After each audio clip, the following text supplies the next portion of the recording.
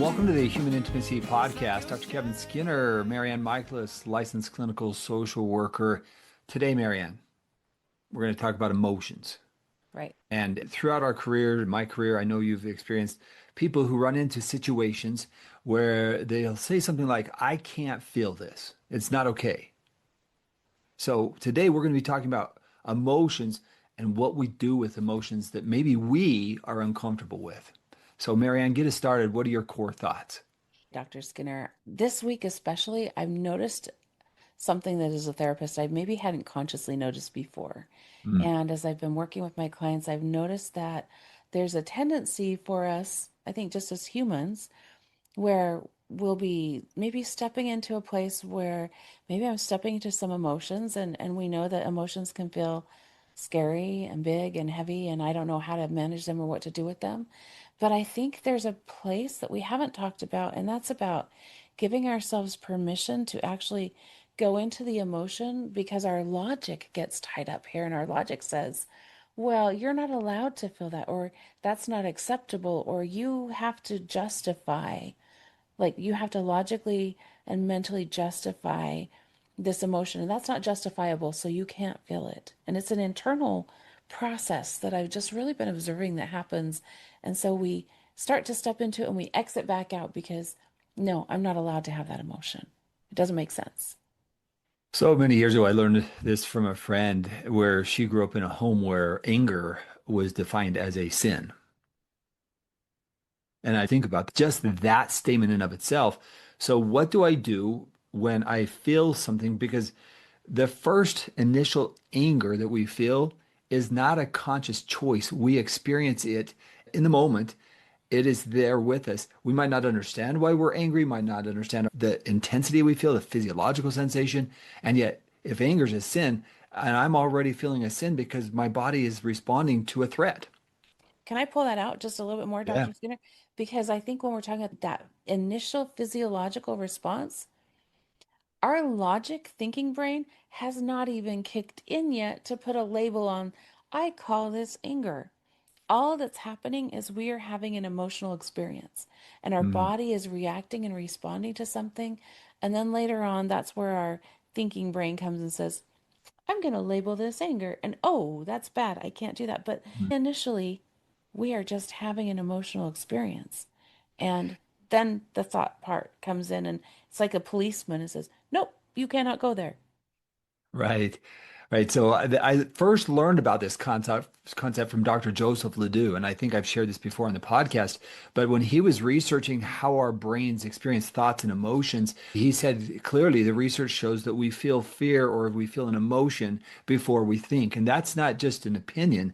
That was his research that you feel before you think. Now, obviously, it could be very differentiated, but if I hear something and it goes to two centers. It goes to the thought process, it goes to the emotional center. It's going to go to the fear center or the emotional center about twice as fast, which could be literally a half a second faster or less, but still you feel before you think. And so if there are certain emotions that we have been taught you can't have that kind of emotion, whether it's anger or sadness or anxiousness, if you have that intensity inside of yourself and you're not allowed to have that, that's just going to make it worse. When you start to feel it, and you're like, oh, I can't go there. What happens to the body is you're not able to finish the meaning of it. You're not allowed to give it meaning because you're instantly shutting it down. Right. And if we're looking at this in the lens of betrayal trauma, my body feels something. My body's having this physical reaction to something. It's an emotional physical reaction because I haven't even put the words or the label to it yet, but my body's saying something feels off, something's going on. And so, whether we call it anxiety, whether we call it intuition, one of the things I talk so much with my clients about is really trusting your gut, listening to your body. I think we get conditioned, whether it's through experiences where we're told, you're not allowed to feel that, you're not allowed to think that, stop crying, whether it's those messages that are overt, they're spoken out loud, or whether it's me turning to my partner and saying, something's off, something doesn't feel right. And my partner says, no, no, everything's fine. This gaslighting feeds into this. And I may have been conditioned over time to not even allow myself to feel an emotion. Mm, Like the minute I even get close to it, my feelers even start going towards it. I've just been so conditioned by these messages all around me that I'm disenfranchising myself from even allowing myself to acknowledge that there might be an emotion there that I could even allow myself to feel. yeah. When I work through that with clients, I'll typically get their story because if you were sitting in my office, I would be looking at what are some of the common emotions that you experience. And if I'm working with a person who's acted out and hurt their family through their actions, I'll often hear, well, I feel a lot of shame. So is shame an emotion? Usually it's a secondary emotion, but it's still a powerful emotion that is a feeling of there's something wrong with me. I'm not good enough. I'm a failure. I've let everybody down. And when we carry that inside of us, it's a physiological response. In fact, I've just had an experience this week where I just saw someone, I would say weeping would be an appropriate phrase for some of their actions. And they're so uncomfortable with it. It's like, I'm sorry I'm using your tissues. And I can't tell you how many times I've had clients say, I'm so sorry that I'm crying. And to me, I'm sorry I'm having this emotional experience in your office. But where does that idea come from that there's something wrong with those tears? Yeah. And when our society does that, MaryAnn, I think what we've taught ourselves as a culture, and I say it's cultural, I don't think this is just one family, I think it's more culture. I think we're uncomfortable with difficult emotions. Let me give an example of this, another one. So, what do you say to someone when they've lost a loved one to death? I'm so sorry for your loss. I'm so sorry for your loss. And if we're not aware of that, we might say something like, "Oh, they're in a better place now." Oh, yeah, yeah, yeah. We try to make it better. We're problem solving. We're fixing. So, in other words, it's I'm afraid to go into that emotion with you. How are you doing? Yeah. I'm crushed. I'm scared. I'm afraid. I'm worried. Do we even open up to share those kind of emotions because we haven't been allowed to as a culture to speak into real authentic emotions unless we have somehow overcome the cultural barriers to that and realize I'm going to be authentic with some of these real emotions that I'm having. I think you bring up such a good point that I know I want to focus on for part of our conversation today, and that's this fix it. And I Mm, think it's part of the rationalization that I've been seeing. I recently heard a client say they were starting to step into some emotion. They said, "Oh, I do that too." So it's not okay for me to feel this emotion because I also have done that same thing. So this emotion is, I can't go there because mm, I'm also guilty. And I'm pushing back saying like, "Oh, that doesn't fix anything. That doesn't change anything. We want to often fix things. So oh, well, they're in a better place. It mhm, completely sidesteps and skips over the emotion completely and says, oh, let's feel better.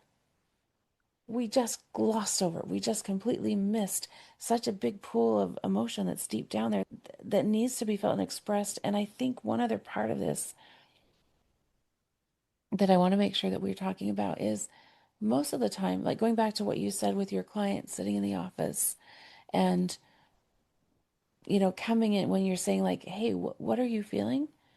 I'm going to say most of the time, we don't know what we're feeling. mm, We don't have the words. We're feeling something. And if somebody's weeping and you say, what are you feeling? Like, what are the words? What words do you put on? What's the label for I'm weeping right now? That's anguish. That's grief. That's something that we probably can't quantify. And can we allow ourselves to feel an emotion that doesn't have a label that we can't quantify just to say, there's probably 25 emotions going on right here, and mhm. they're all on a spectrum in different levels. And what's so interesting about what you said there is that my language actually wouldn't be what are you feeling there? It would be what language comes with what you're experiencing with those tears. Do those tears have a voice? Do they have a language? Yeah. And I'll even add to that, where do you feel this in your body? Right? So I will shift it from just that the feeling because the feeling they may not have that language yet because again, I think that is a developed awareness. I don't think that we are inherently great at understanding our own emotions, but I can give it a language, a fear, I'm scared. Okay, that might be a feeling, right? But I'd feel like a failure. I think that would have been what my client would have said, right? Mm, I've let everybody down. yeah. And so you start to have a language with it. And where do you feel that in your body? And that's a transition where they become more attuned to self physiologically. So for me, it's actually rolling the three of them together. You've got emotions, you have your thoughts associated with that, and then you have the physical sensations. So if you were a client sitting in my office, we're going to explore these tiers, which are so informative and so educational and so non-shaming. It's like, wow, this is fantastic. You're doing great work. I have two thoughts on this. So I'm going to take two different roads. The first road I want to go down, I love talking about tears, and this is where I get a little bit nerdy, but did you know that our tears have different chemical compositions? So my happy tears or my sad tears or my I'm frustrated tears, when Mm, they take and look at them under a microscope and they break them all down, they're built of different chemicals. that's And fascinating. yes, so when we say if your tears could speak right now, what would they tell me? I think that's a profound question. And yes, I get excited about this nerdiness. Like, wow, what are these tears right here? Like, Mhm. they are actually really releasing chemicals. They're helping release an emotion. That's why oftentimes after we cry, we feel this this relief because we actually physically removed chemicals that were related to the emotion out of our body. So Yes. cool. Okay, there's the one thought. The other thought I want to go into or talk about and touch on with this is some of the work done by Jill Bolte Taylor, and she's a neuro she has a TED Talk. She also has a book called Whole Brain Living. And what she talks about in her TED Talk is having a stroke. And because she had studied the brain and all the anatomy of how the brain works together, she talks about watching what was happening to her as Mm, she had the stroke and the states that she was in, and also coming back from the stroke, the rehabilitation. And she talks about the brain. She basically divides it into four parts and says the top left part of our brain is about, it's kind of like our type A personality. Like, here's my list of things that have to get done. Here's, I'm packing the bag to go to the beach and I got to make sure everybody's needs are met, and maybe how I'll look. There's a lot of maybe judgment, shame, criticism. Like, I've got to perform. It's kind of our performance mm, brain. mm, The lower left part of the brain, she talks about being our historical part. In the past, this happened, so you better not do this. This is where our fight, flight, or freeze kind of really kicks in. This is really just about creating safety. And mhm. so there's a lot of judgment tied to our safety seeking, tied there. The top right of our brain is really relational. It's about how will this impact the relationships? What will this do relationally? And has more of the emotions in it. And that bottom right side is more just about our being in the present. Like, what is the emotion that I'm feeling right now? And so she talks about when we're having any experience, whatever it is, she proposes that we want to bring all four parts of our brain together to have what she calls a brain huddle, where we're stopping and saying, okay, I can see you're driving right now, but can we let these other parts in? So if my spouse comes and says, I'm thinking about taking a new job in another place, that top left part of my brain might say, oh, okay, what about the money? What will this mean for us having to buy a new house or having to sell our house? Like, all the logistics might start coming through. The right side of my brain might say, well, wait, this will be so hard. What about the relationships we have? What about leaving all the people that we care about? And these are two very radically different schools of thought. But this is what our brain is doing. And so it can be really helpful to start recognizing which part of my brain am I using, because that left side of the brain often disenfranchises or says, we can't go here with that relational part. I'm going to be running the show. It feels threatening. And so I'm the driver. So starting to really recognize more about what's going on inside of our brain can give us permission to say, okay, let's check in historically. What do we know about when we've moved in the past? Yep, let's look at the money. Let's look at all the logistics of it. Let's look at the relationships. And let's look at what I'm experiencing right here, right now, in this moment. What a wholesome way to live using the Yeah, whole brain. because we're merging together a range of thoughts and those feelings that are coming to us. There's something that I want to highlight there for a second, that relational component. Mhm. Because as we've been talking, you think about these emotions that I'm having. Our challenge in this really then shifts into a relational challenge. and it two or three parts here. One is, do I feel comfortable sharing emotions in this relationship? Is it okay? We started off by, is it okay if I feel these emotions? But what if I have emotion and it's not an environment where we are comfortable the sharing of emotions, either direction? And then if we are comfortable with that, what that does to the relationship when we can share deeper, I'm going to call it emotional intimacy. And that's the ultimately would be our goal, where emotions are freely shared and experienced. And if I can be with you in your emotions, that's what we would refer to typically as having compassion or empathy, where I can feel what you're feeling. I can feel your joy. I can feel your sadness. I can feel your grief and loss. I can feel your shame, and it not overwhelm me. See, that to me, Marianne, is where we begin to really mature in relationships, where we can be with people in their emotions and not be afraid of what they are experiencing. That's really the depth of where intimacy can come or not come because the environment isn't yet safe enough to share those emotions. I think I'm hearing two different things here. I want to just fact check with you if I'm hearing this right. I think what I'm hearing is we're talking about me, myself. I need to figure out how to start connecting with these four parts of my brain, basically, to figure out where I am. Hmm. Because sometimes I can be super reactive, and that might be my lower left part of my brain that's like, historically, this has happened, mayday, mayday, mayday. So I need to figure out where, like, connect with all four of my parts to Hmm. understand me so that I can see clearly, allowing it all in.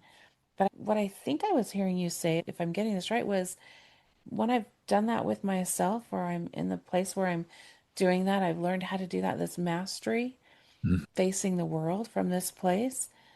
I think I'm hearing you talk about doing that with other people. Can I Hmm. come and look at all four parts of them or all four parts of their brain, and recognizing that response that they had might not be their full response, but that might be coming from this part of their brain. Did I hear that right? So first and foremost, you're absolutely right. I think we have to do that ourselves. Then we have to understand, are we in a relationship where I'm comfortable with your emotions? And if I could really understand it, then yes, I would understand it from those parts as an observer. Right. So uh, if we simplify it, our goal should be to create an environment where our spouse, our children, everyone close to us are comfortable sharing emotions with us. If I'm not comfortable sharing an emotion with somebody, I have to say, is that on me? Or is there something in our past that has prevented me from sharing these emotions? And if there is something in the past, then we probably need to figure out how to resolve that because emotional intimacy, if you think about emotionally focused therapy, what did Sue Johnson do? In essence, basically, to simplify emotionally focused therapy is, can you share emotions with each other in a safe environment where you realize that my spouse is there for me or this person is there for me? Because that's really what she says. Are you there for me? In other words, when I'm having a difficult, painful day, are you there for me? That should be our goal. There are three words that keep popping through my mind as we're having this conversation. And the first one is curiosity. I think we're talking Mhm. about, can I come to curiosity with myself? Can I push aside that judgment? And can I say, oh, this is curious. Can I allow myself to feel this emotion without having to logically explain it, to justify it, or to say, that doesn't make sense. You can't feel that. So there's this curiosity about what's going on with me. Also, this curiosity about what's going on with my partner. And also, I'm hearing you talk about being able to come to my partner or the people that I'm in a relationship with. We're also talking about vulnerability and safety.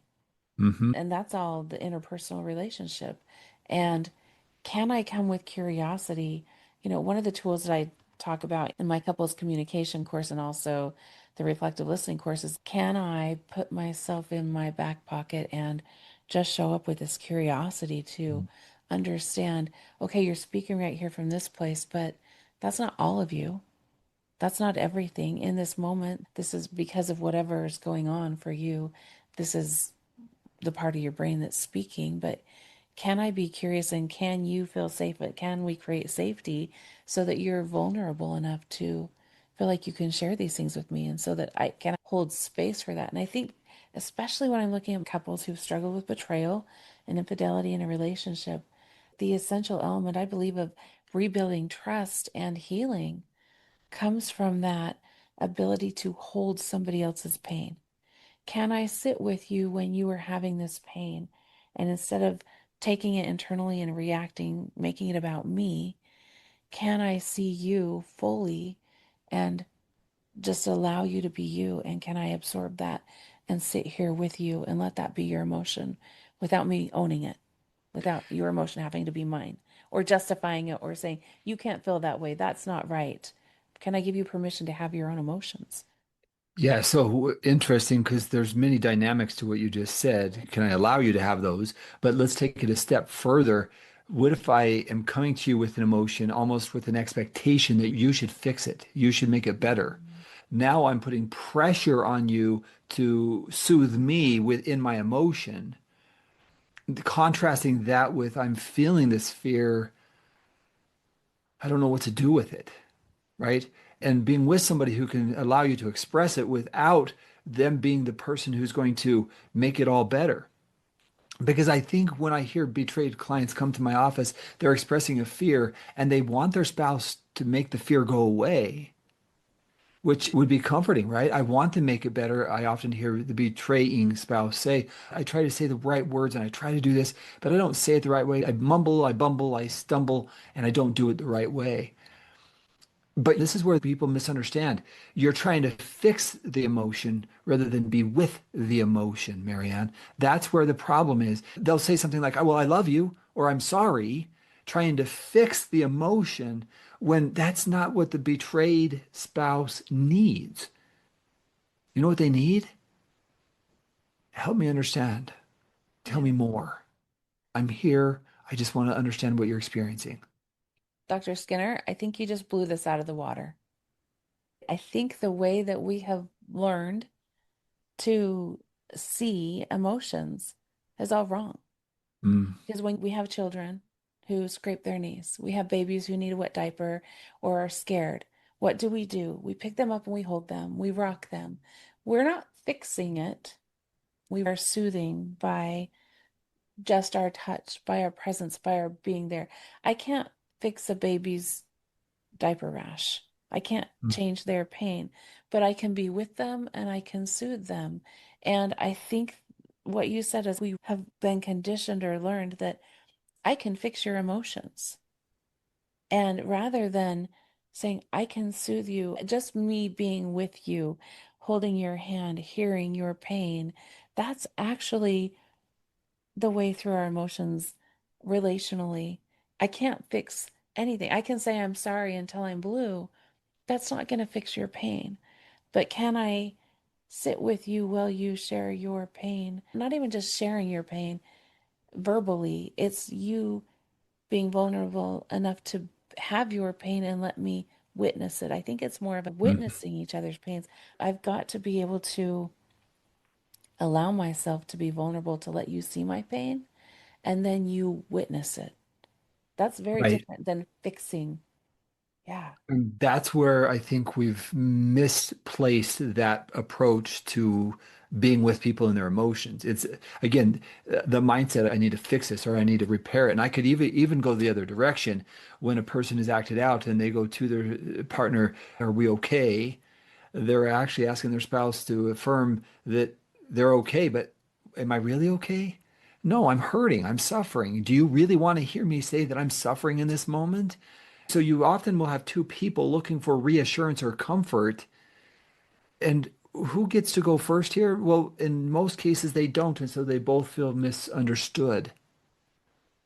Rather than really, if we were to break it down, let me be with you in your pain. Let me understand it. And then we might have the capacity as a couple to ebb and flow with each other into these darker spaces of I'm scared, I'm worried, I'm afraid. I don't know how to say this, but I want to because I want to be there. That kind of emotional vulnerability we've just really struggled with as a culture. And I hope today our listeners can understand your job is not to fix it, it's to be with it. And some other words that are popping up for me today are about permission. Can I give myself permission to feel whatever I'm feeling without judgment? And can I give you permission? Like, even as I say that, that sounds so weird. But can Mm, I give you permission to have your emotions? For you to feel whatever it is that you're feeling? As I say that, I really don't have any power to give you permission to feel your emotions. You get to feel your emotion, but can I be with you? I think this is where it gets really hard because I might feel really uncomfortable with you when you're in pain. When you're in pain, I might not know what to do with it, especially if I caused it. Witnessing your pain, especially if I caused it, might create some really big emotions inside of me. And I might feel like I don't even know what to do with this. This is too much. So I got to clamp it down. I don't want to feel this, so you can't feel this. yeah. Versus, can I be in a place where I'm going to be okay giving myself permission to feel whatever comes up for me while you're Hmm. experiencing whatever's coming up for you. And that then gets us to this other part that you're describing here that I've heard many people say is I'm not allowed to have emotions with my spouse. Yeah. Because if I do, we get in a fight or we have a conflict or something happens.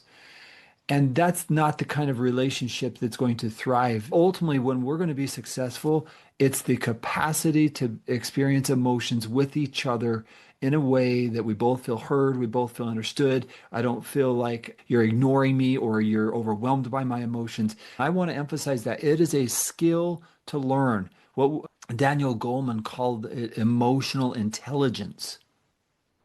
He wrote a book titled Emotional Intelligence, the ability to understand emotions and really not be overwhelmed or consumed by them. Also understanding our own emotions.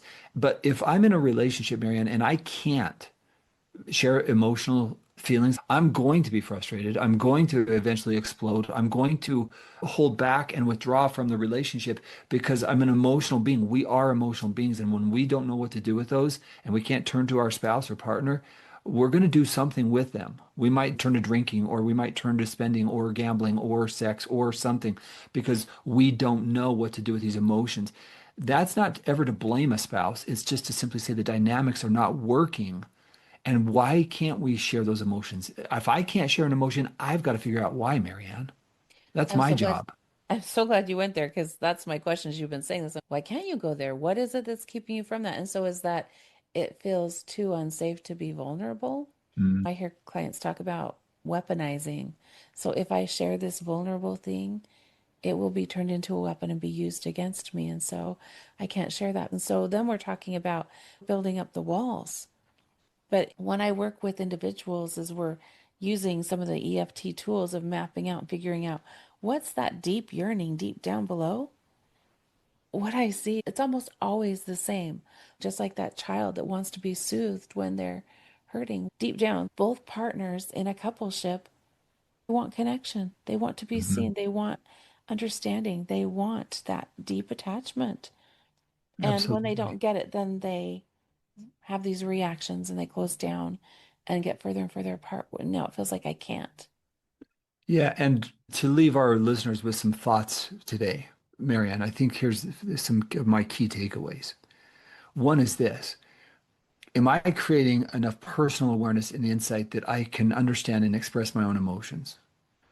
Number two, when my spouse is experiencing emotions, what does that do to me? Am I able to be with it or do I go into fight or flight? So, what do I do when my spouse is having emotions, How or does for that that matter, a impact me? child? And then three, if I can't share my emotions, then what needs to transpire between us so we can work towards that? And I would say, do I have life experiences that I'm projecting onto my spouse that are from my past and not related to our interactions? Because I've heard many people say, I'm just so afraid because when I grew up sharing emotions, that was not allowed. And so now they're projecting onto their spouse as if their spouse can't handle the emotion. And that's not fair either. So those are the questions that I would invite our listeners to think about. And one more thing along with that, we are now, this is our 90th episode, Marianne, which is absolutely Oh, wow. fascinating. 90 Wow. episodes. But I've now got a worksheet from 80 up through today 90. So they can go to humanintimacy.com with a companionship course to this and take the worksheet that will go with this and practice some of these things and answer the questions that we have from today's So, class. so you've gone back to every episode and created a worksheet for each From episode? 80 up to 90. Wow, that's phenomenal. That'll continue. Before we wrap up, I want to just add a couple more final Yeah. thoughts to this. I want to challenge that idea of a can't share because Mm, I want to challenge this in this way. If it feels like I can't share with my partner, I'm going to challenge our listeners to change that thought a little bit, that can't word, to figuring out where can I share it? Am I sharing it in a journal? Am I finding somebody else that's a supportive person, whatever that might look like? But figuring out a way to still honor the emotion that you're experiencing, giving yourself permission. Okay, I'm still feeling this, even if it doesn't feel like it's safe to share with my partner. I've still got to channel it and get it out of me somehow. I need yeah. to honor it. I need to recognize it. I need to work through it rather than saying, well, my partner can't receive it. There's no place that I can share this. So I'm just going to suppress it and tap it down. So there's that part. You look like you have a comment on that. Yeah, absolutely spot on there. It needs a place to go. Otherwise, it's going to harm me both emotionally, physically, mentally. Yeah. Okay. I think my other last thought or takeaway for this is really, I want to invite our listeners and viewers to slow down and catch yourself. Start noticing, where am I stopping myself? Where do I have that thought? I don't deserve this. I can't. I need to fix this rather than going into it, because we all have parts, and we have parts that have been with us from our childhood that have learned, oh, that's not safe. I can't go there, just as we've been alluding to or talking about throughout this session. So I'd love to invite you to start just noticing when you just get to the edge of that, instead of backing away and saying, no, logically I can't. No, there's a Mm, reason why I can't go here. See if you can question that. See if you can push past that. See if you can give yourself permission to say, I don't have to justify or explain this.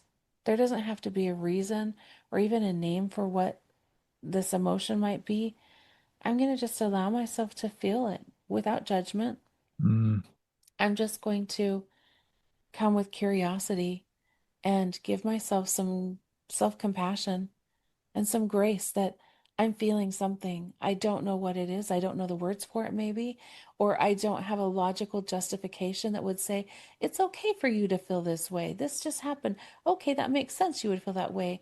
Most of the time, we say, oh, I can't feel that because it doesn't make sense for me. So see if you can push back that barrier, ask that part to step to the side and allow you to actually go in and feel whatever it is that you need to feel that's there. mhm. So recognize it, notice it, and honor it. I think it's a way that we honor ourselves by actually living a little bit more fully. So that's my takeaway for today. Awesome. Marianne, my final thought, and maybe it's an assignment for our listeners. I'd like you to ask your spouse this question. When I share emotion, what is it like for you? Mm, When you share emotion, this is what it's like for me. So I'm inviting them into a conversation about I get overwhelmed, I get flooded, I get scared. I want to respond, but I don't know how. I invite you into that conversation, no judgment, but just have that open dialogue of when I share emotion with you, what's it like? And when you share emotion with me, here's what it's like for me. That would be just a simple assignment to get the ball rolling here. And then I would encourage you to really take away some of the key things that we've talked about here. If you want to be better at emotional intimacy, let's practice these things. You mm. don't have to live in a world where you can't share emotions. It's not healthy for us. And can I tweak that just a little teeny bit? Yeah. If it feels like I can't have that conversation with my partner or spouse, I'd invite you to do it on a piece of paper and just write, here's how I would answer that, and maybe here's how I think my partner would answer that. Mm. Because it's still, once again, just about digging a little bit deeper into ourselves.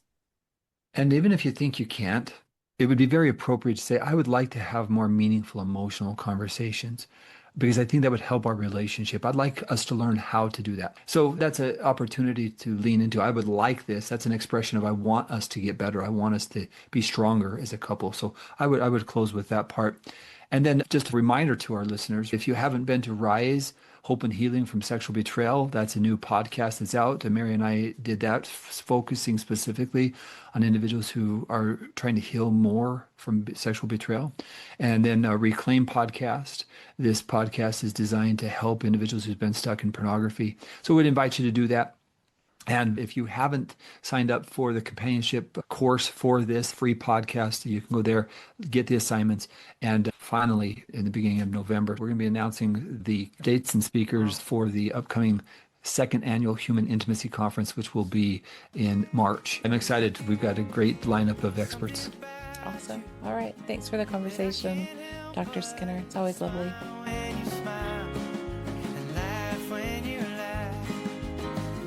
Something to